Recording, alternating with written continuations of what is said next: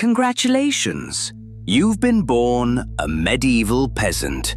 You own a wooden spoon, 1/3 of an ox, and absolutely nothing else, including yourself. It's the first frost of the year, which means the fun part is over. This is how you'd survive your first winter. Spoiler, you wouldn't. But let's watch you try. First, the basics. You're a serf, which is a polite medieval word for furniture that farms. You're tied to the land, and the land belongs to a lord you've maybe seen twice. You can't leave the village, you can't marry without permission, you can't even grind your own wheat. There's a lord's mill for that, and using it costs you a cut of the flour you already grew. Freedom technically exists. It's in the cities. The cities are 3 days' walk away and currently full of plague. So, staying. You spent all summer breaking your body in a field, and here's the beautiful part. Most of that food isn't yours. First, the church takes a 1/10, the tithe, non-negotiable. God's accountant does not do payment plans. Then the Lord takes his rent, his taxes, and a few days of your labor on top. By the time everyone's helped themselves, you enter winter with less food than a squirrel who planned ahead. And winter is long. Home is one room, dirt floor, no windows worth mentioning, and, crucially, no chimney. Your fire vents through a hole in the roof, or mostly through your lungs. To stay warm, you bring the animals inside. The cow, the pig, the chickens, everyone sharing one damp room like the world's worst sleepover. The good news is body heat. The bad news is everything else about sleeping next to a cow, including the cow. Then there's food, or the concept of it. By February, the good grain is gone, so you start eating the questionable grain, the stuff that's been sitting damp in the barn. Best case, it's dinner. Worst case, it's laced with a fungus called ergot, and now your bread gives you burning limbs, gangrene, and vivid hallucinations of demons. This was real, and it was common. They called it St. Anthony's fire. So yes, in the Middle Ages, dinner could, on a bad night, make you see the devil and lose a foot. Bon appétit? Say you get sick anyway.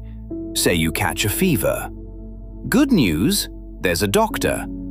Bad news, his entire medical theory is that you have too much blood. So the treatment is to open a vein and let some out. Still feverish? More blood. Getting weaker? That's just the blood leaving. Keep going. Died? Strange, the treatment was going so well. Here's the thing about winter. It doesn't need a sword. It kills quietly and for free. Cold, hunger, and a bad cough do the work, and they always start with the same people. The very old, the very young, the already sick. A hard winter thins a village the way a bad harvest thins a barn. Nobody writes it down. It's just an ordinary week, and then someone's stool by the fire is empty. And everyone keeps chopping wood, because if they stop, they're next. Meanwhile, up the hill, the Lord is having a lovely season. He's in a stone house, with a real fireplace, a real chimney, and walls that keep the wind on the correct side of them. He's eating roasted swan and spiced wine, and he is genuinely, sincerely confused about why the peasants seem so tired and thin this time of year. Some of them, he's heard, have even died. Strange people. Anyway, more swan. It's not all misery, though. Once a year, around midwinter, the Lord throws a feast. Partly out of tradition, and partly to remind everyone, warmly, that he owns the food. For one day you get real bread, maybe meat, a fire you didn't have to earn, and no work. It is, without exaggeration, the best day of your entire life. Which, when you think about what the other days are, tells you just about everything.